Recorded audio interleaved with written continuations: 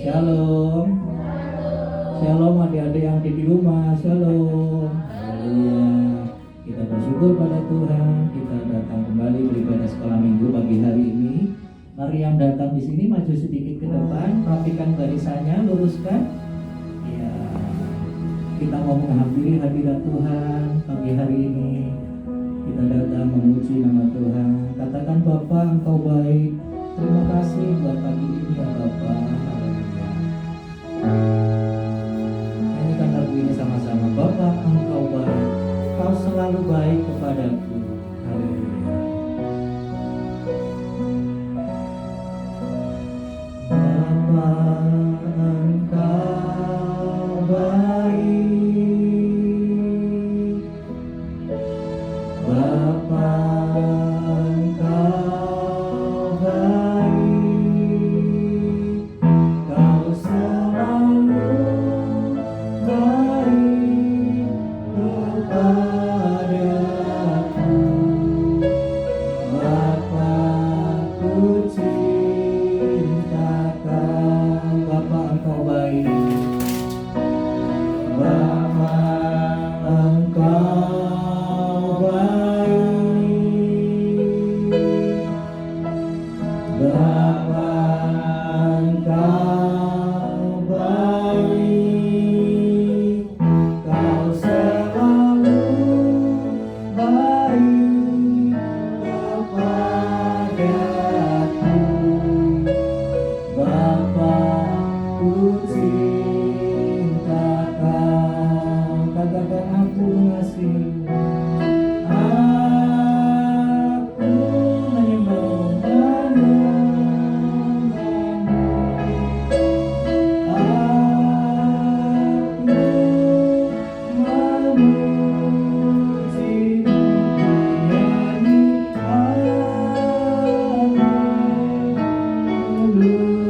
haleluya. Bapa, ku cinta Kau. Yuk sama-sama bangkit berdiri, katakan lagi, Bapa, Engkau baik. Bapa, Engkau baik. Bapa, Engkau baik. Kau selalu baik. Kau selalu baik kepadaku. Bapa, ku cinta Kau. Aku memujimu. Aku memujimu.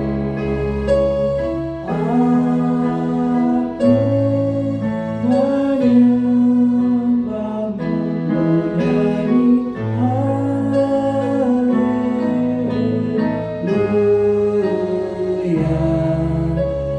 Bapa, ku cinta Kau. Aku memujimu. Aku memujimu. Aku menyembahmu. Nyanyi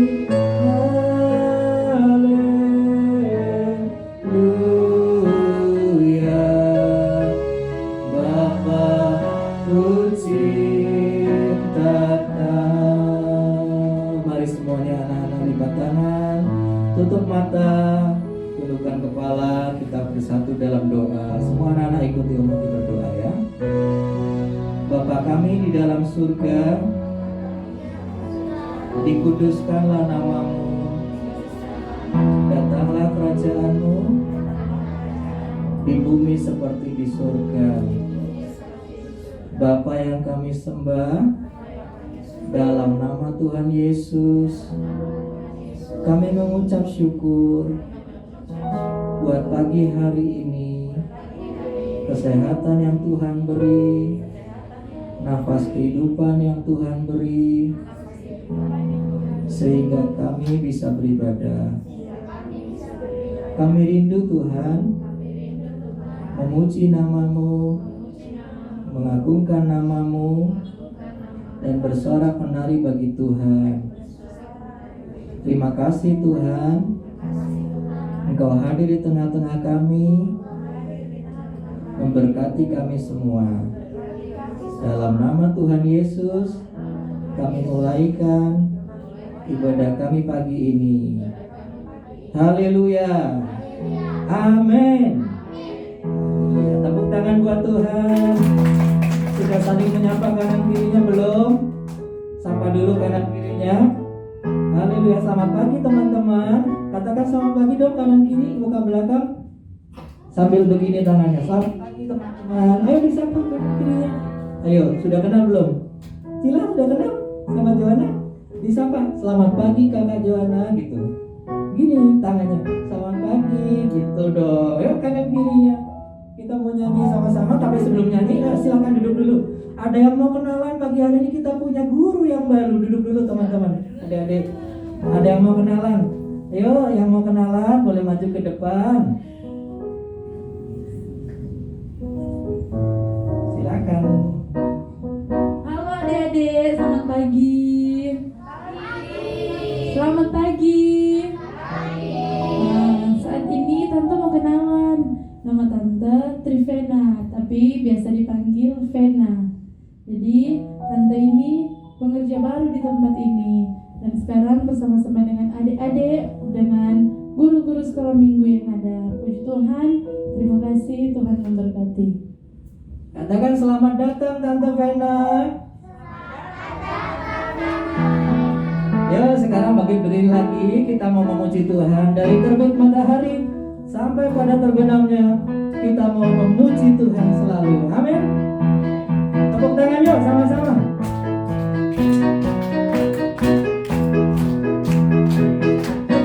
Dari terbit matahari pagi-pagi sampai pada masuknya sore-sore, biarlah nama Tuhan dipuji.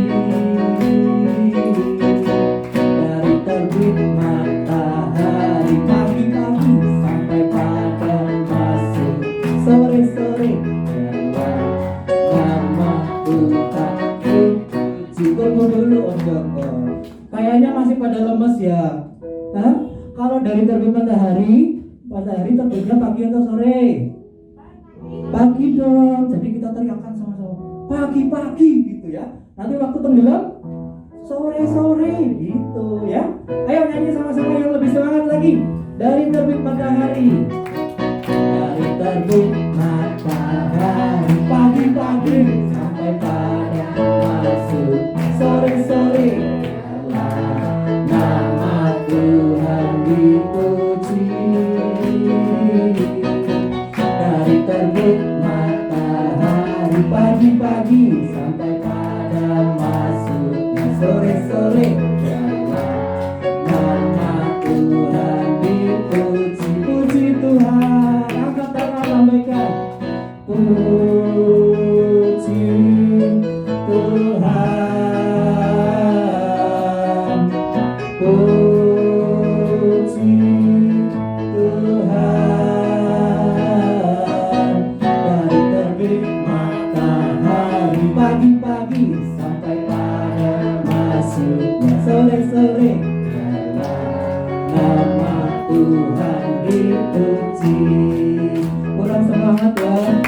Ayo ganti lagunya, kita mau senam sama-sama. Bisa lagu Jalan Serta Yesus? Bisa? Jalan serta Yesus, tapi tiap kali ada kata jalan, kita belok. Jadi yang pertama, jalan, kita hadap kanan. Jalan. Oh ya, kiri deh. Kanannya kalian. Jalan serta Yesus. Ada kata jalan lagi, berarti balik. Jalan sertanya, gitu ya? Bisa? Bisa? Ayo, jalan serta Yesus. Hadap kiri dulu ya. Jalan yang pertama hadap kiri.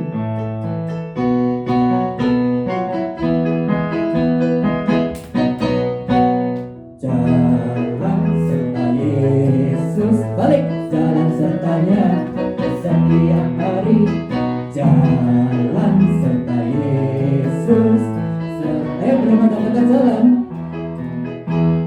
Jalan dalam surga, jalan dalam sertanya setiap hari. Belum ada kata jalan. Jalan serta Yesus, serta Yesus selamanya. Jadi tiap kali ada kata jalan baru balik arah, ya. Ulangi lagi yuk. Jalan serta Yesus, ke sini dulu, ke arah sini dulu ya, biar seragam semua. Jalan serta Yesus. Rahel ke arah sini. Jalan serta Yesus, jalan sertanya setiap hari. Jalan serta Yesus, serta Yesus selamanya. Jalan, jalan serta Yesus, jalan sertanya setiap hari. Jalan serta Yesus, serta Yesus selamanya. Jalan dalam suka, jalan dalam suka, jalan dalam duka, jalan sertanya setiap hari. Jalan serta Yesus, serta Yesus selamanya. Sudah keringetan? Belum? Wah, laki berarti kalau belum ya. Omongnya sudah keringetan ini. Ayo kita duduk, kita mau dengar firman Tuhan. Haleluya. Siapkan hati, kita beri persembahan terlebih dahulu ya.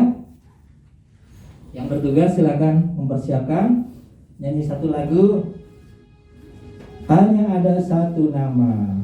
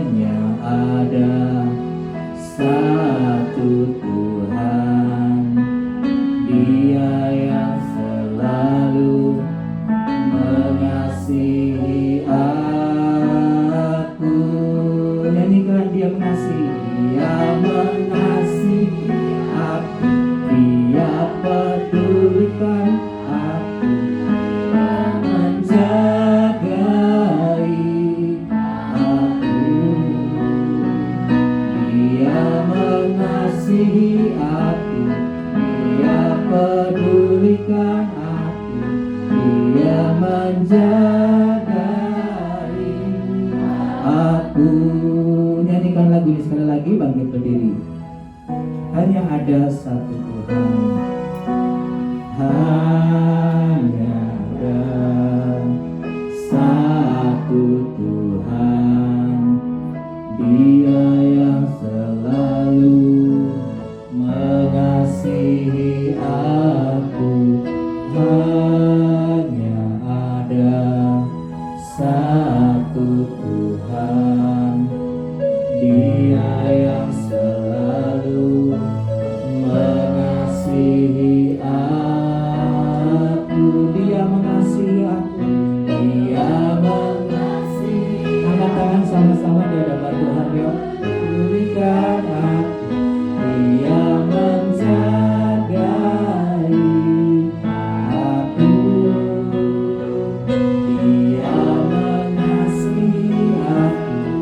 Dia memberikan aku. Dia menjagai aku. Dia mengasihi. Dia mengasihi aku. Dia pedulikan aku. Dia menjagai aku.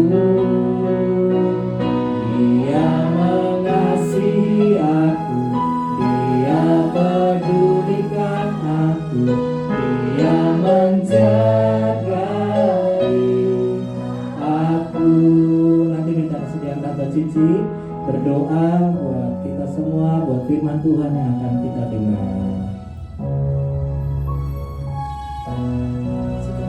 Kita angkat tangan untuk melaksanakan berdoa. Tuhan, kami bersyukur pada waktu sekolah minggu Tuhan sudah memuji muliakan namamu. Kiranya pujian kami boleh berkenan di hatimu, boleh menyenangkan hatimu pagi ini Tuhan. Sebentar Tuhan, kami anak-anakmu tiba saatnya mau mendengarkan kebenaran firman-Mu, mendengarkan firman-Mu baik-baik Tuhan. Tuhan, Engkau sucikan dan kuduskan setiap kami. Kami mau persiapkan seluruh kehidupan kami, telinga kami, hati kami, untuk kami mau dengar-dengaran firman-Mu. Hanya di dalam nama Tuhan Yesus Kristus kami mengucap syukur dan berdoa. Haleluya. Amin. Baik, silakan duduk. Sekarang yang kelas kecil agak maju lagi ke depan. Ya. Hari ini kita akan belajar tentang masih seputaran tentang Roh Kudus ya. Jadi Roh Kudus, kalau yang kemarin kita sudah belajar bagaimana Roh Kudus dicurahkan, Roh Kudus datang. Kemudian hari ini kita akan belajar tentang bagaimana Roh Kudus atau fungsi peran daripada Roh Kudus di dalam kehidupan kita sebagai orang yang percaya. Nah, kita baca dulu di dalam Kisah Para Rasul pasal 3. Ini ceritanya dari sini. Ayat 1 cukup panjang ya. Kisah pasal 3 ayat 1 sampai dengan 26. Ya. Semua bawa Alkitab ya. Ada? Kalau sudah dapat nanti kita akan baca bergantian ayat 1, 2, 3 dan seterusnya ya. Kisah 3 ayat 1 sampai dengan 26. Ya. Kisah Para Rasul pasal 3 ayat 1 sampai 26. Sudah dapat?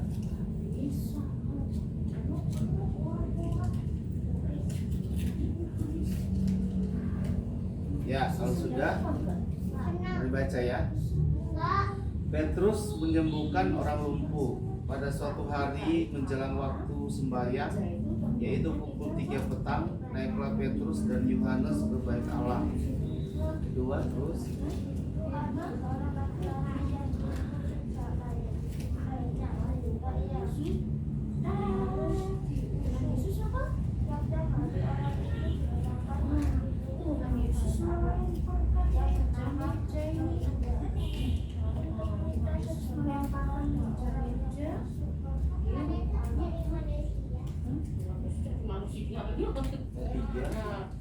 Ketika orang itu melihat bahwa Petrus dan Yohanes tidak menyembah Allah, ia mengikat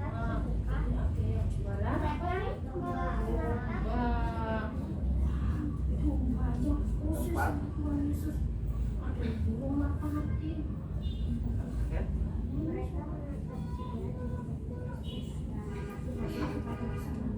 Mereka lalu orang itu mengatakan mereka diserahkan akan mendapat dari mereka. Tetapi Petrus berkata, emas dan perak tidak ada padaku, tetapi apa yang kupunyai kuberikan kepada. Demi nama Yesus Kristus orang Nazaret berjalanlah.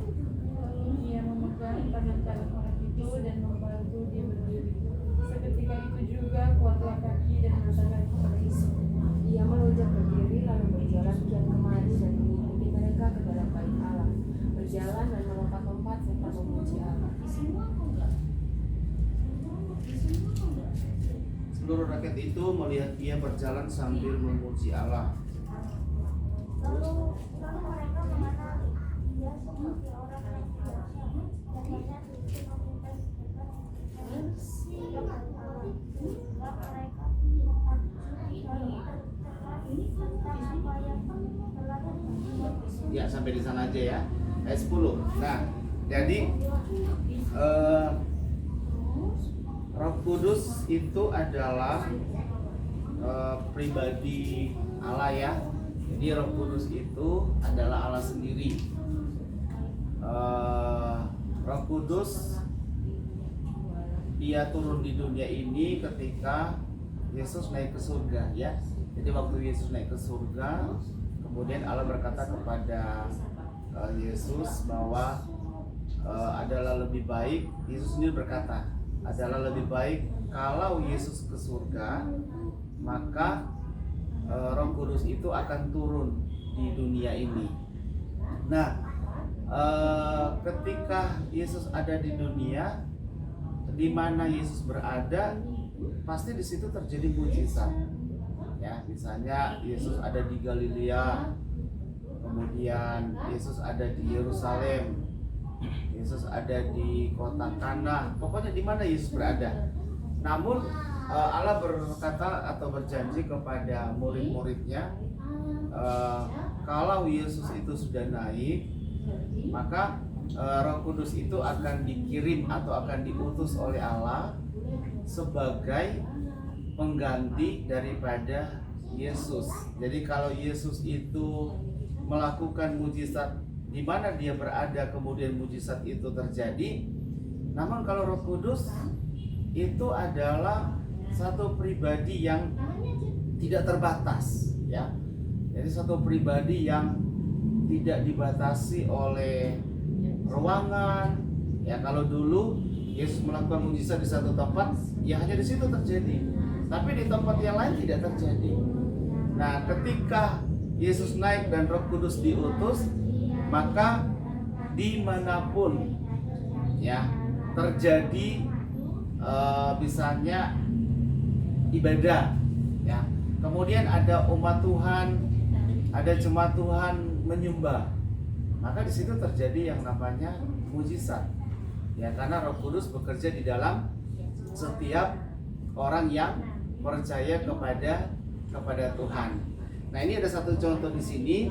Suatu saat ada seorang pengemis, ya, seorang pengemis. Kemudian dia sedang berdiri di satu gerbang, namanya gerbang indah.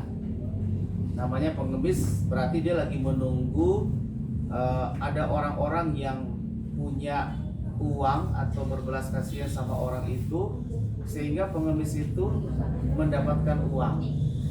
Nah, waktu pengemis itu sedang ada di salah satu pintu gerbang indah, tiba-tiba lewat yang namanya Petrus, ya. Petrus ini adalah seorang rasul, ya, seorang pengajar. Atau Petrus ini adalah seorang yang memberitakan Injil, menyampaikan Injil. Nah, waktu Petrus ini lewat, kemudian pengemis ini dia mau minta, ya, dia mau minta uang. Namun Petrus berkata, uang dan perak tidak ada padaku. Artinya Petrus bilang, saya nggak punya apa-apa, ya, saya nggak punya uang, saya nggak punya emas, saya nggak punya perak. Tapi karena Rasul Petrus ini dia adalah orang yang percaya sama Tuhan, dia adalah orang yang menyembah Tuhan, dan dia adalah orang yang mencintai Tuhan, sehingga ketika Petrus berkata bahwa uang dan perak tidak ada padaku, tetapi dalam nama Yesus, hai orang yang meminta-minta tadi, pengemis. Kemudian dia juga bukan hanya pengemis, tetapi dia adalah orang yang lumpuh juga, ya, orang yang tidak bisa berjalan. Kemudian Petrus bilang,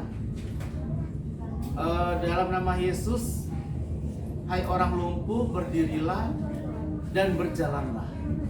Nah, adik-adik, nah, apa yang membuat sehingga orang lumpuh itu bisa berjalan? Ya, sudah tentunya adalah karena ada kuasa yang daripada Tuhan di dalam pribadi daripada Petrus, ya. Jadi ada kuasa, ada Roh Kudus yang membuat sehingga Petrus ini bisa berkata kepada orang lumpuh ini, berjalanlah, berdirilah dan berjalanlah. Jadi apa yang terjadi? Waktu Petrus berkata begitu, ternyata orang yang sedang lumpuh ini dia berdiri. Seketika itu juga dia sembuh. Kemudian dia memuji Tuhan, dia menyembah Tuhan, dia bersyukur karena tadinya dia pengemis, tadinya dia lumpuh, tidak bisa berjalan, tapi ketika ketemu dengan Petrus ini, kemudian dia bisa berjalan. Nah, yang jadi pertanyaannya, kira-kira yang menyembuhkan pengemis ini siapa? Petrus atau Tuhan? Ya, Tuhan ya. Jadi bukan Petrus, tetapi ada kuasa, ada Roh Kudus yang ada di dalam pribadi atau diri daripada Petrus ini, sehingga Roh Kudus itulah yang membuat atau memakai Petrus ini bisa menjadi saluran berkat kesembuhan bagi pengemis ini.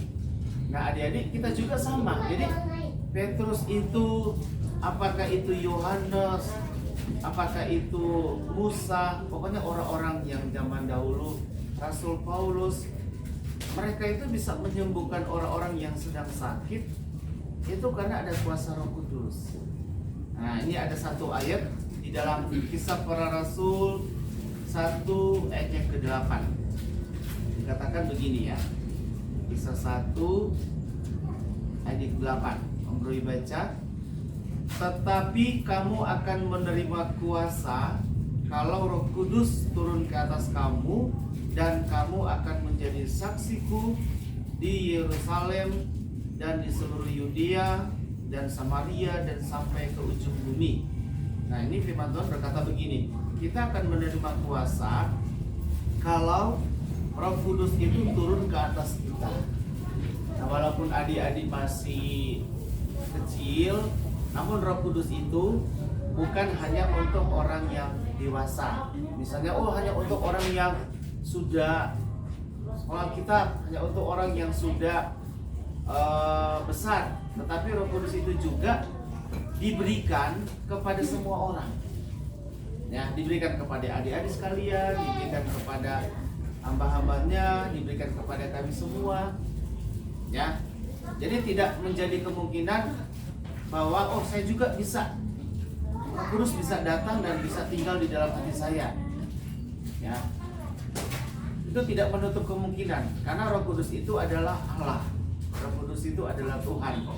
Roh Kudus itu bisa dan datang kepada siapapun yang membuka hatinya untuk Roh Kudus itu diam dan tinggal di dalam dirinya.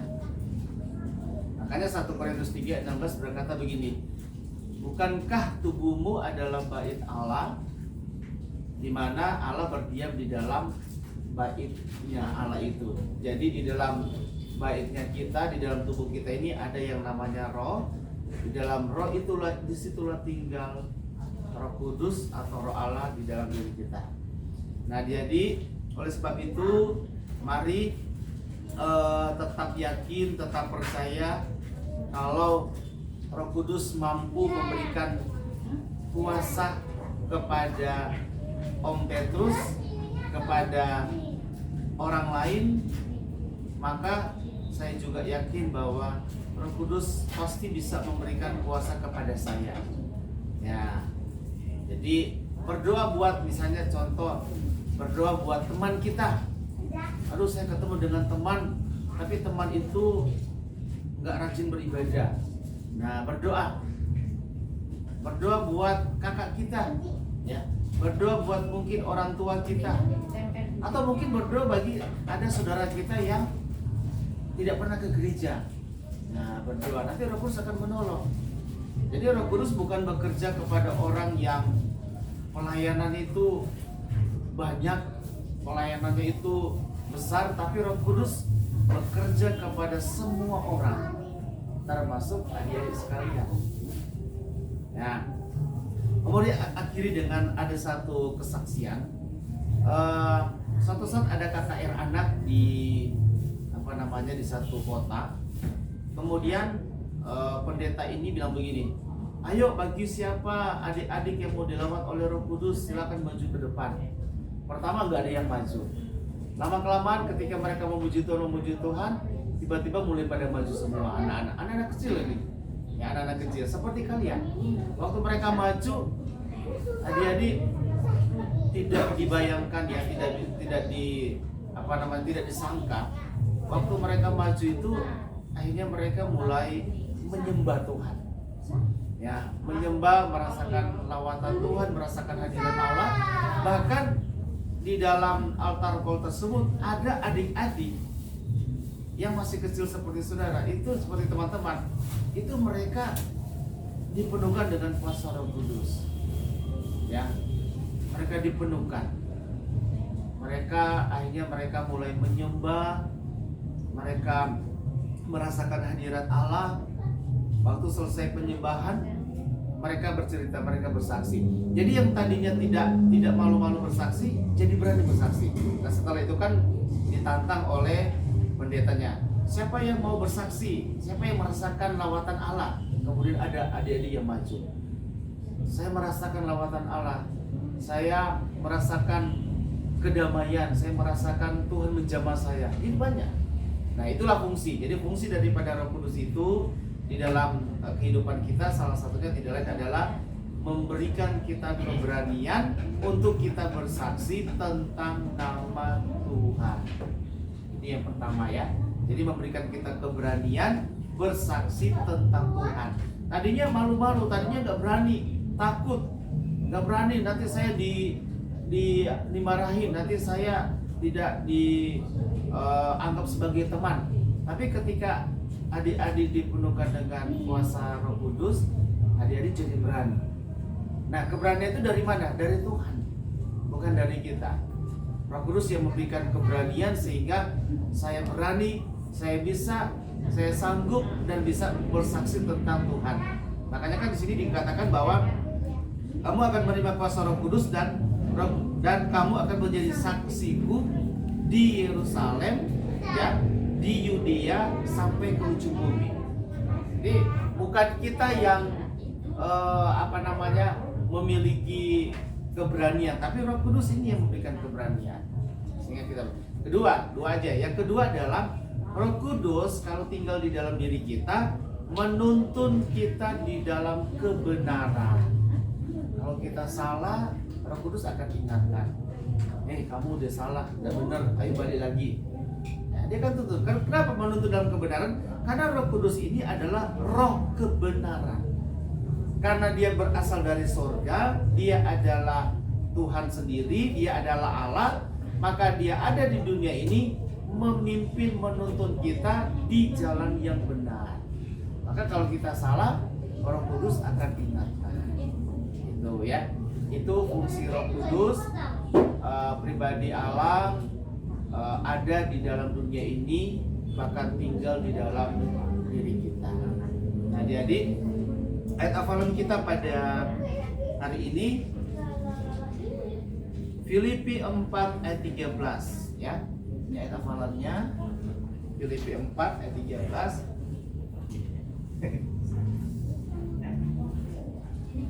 Ya. Kita baca ya, Filipi 4 ayat 13. 2-3. Segala perkara dapat kutanggung di dalam Dia yang memberi kekuatan kepadaku. Gampang ya? Segala perkara dapat kutanggung di dalam Dia yang memberi kekuatan kepadaku. Kalau ada Roh Kudus di dalam diri adik-adik dan kita semua, Roh Kudus akan membantu, menolong kita untuk kita dimampukan mengerjakan, menyelesaikan segala perkara. Jadi bukan kekuatan kita, tapi Roh Kudus akan membantu kita sehingga kita mampu dan kita bisa menjalankan kehidupan ini dengan baik. Ya, oke, itu aja firman Tuhan pada pagi hari ini. Kita akan berdoa, nanti Rauki berdoa buat kita semua. Mari kita satu berdoa. Bapa di surga, kami bersyukur kepadamu siang hari ini Kau sudah mengajar kami tentang pribadi Roh Kudus yang memberikan kami keberanian untuk bersaksi tentang nama Yesus, juga mengatur kami, mengingatkan kami untuk kembali kepada jalan yang benar. Tuhan, tolong kami supaya kami dipenuhkan Roh Kudus, tolong anak-anak yang hadir pada siang hari ini Tuhan, supaya anak-anak ini boleh mengalami dipenuhkan dengan Roh Kudus, sehingga kuasa-Mu turun ke atas mereka, menguasai setiap kami ini ya Tuhan. Terima kasih Bapak, terima kasih berikan Roh Kudus kepada setiap anak-anak ini dalam nama Tuhan Yesus. Terima kasih Tuhan Yesus, terima kasih. Kami bersyukur buat firman Tuhan yang sudah kami dengar pada siang hari ini, dan kami menyerahkan hidup kami sepenuhnya ke dalam tangan Tuhan, supaya Tuhan yang memimpin hidup kami semakin berkenan di hadapan Tuhan. Terima kasih Tuhan Yesus, di dalam nama-Mu kami sudah berdoa. Haleluya. Amin. Amin ya. Selesai.